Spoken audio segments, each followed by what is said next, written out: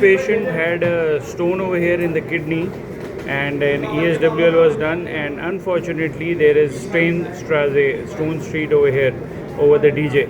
Somebody placed a DJ, that was a good thing, but now this lead fragment is stuck over here and these stones are not passing. So what can be done? If it would have been in the proximal ureter, we could have done a ESWL at the lead fragment, or the distal end we could have done a ESWL for the lead fragment. But over here, unfortunately, it is just at the iliac bone, and there is vertebra coming in between as well, so you cannot do a ESWL. So what we can do, from per urethra we go to the ureter and do a URS for this huge segment of soft stones, not that hard, and fragment them, and then later we can do another ESWL, or go in the next sitting go and do flexible URS, RIRS in this patient, and we can fragment these stones.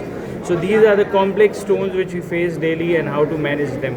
If this patient develops fever or sepsis or anything like that, then you have to place a PCN first, drain, send culture, antibiotics, and then you can operate this stone. Otherwise, you have to go about the plan I have told you first. So if any comments or queries, feel free to ask me.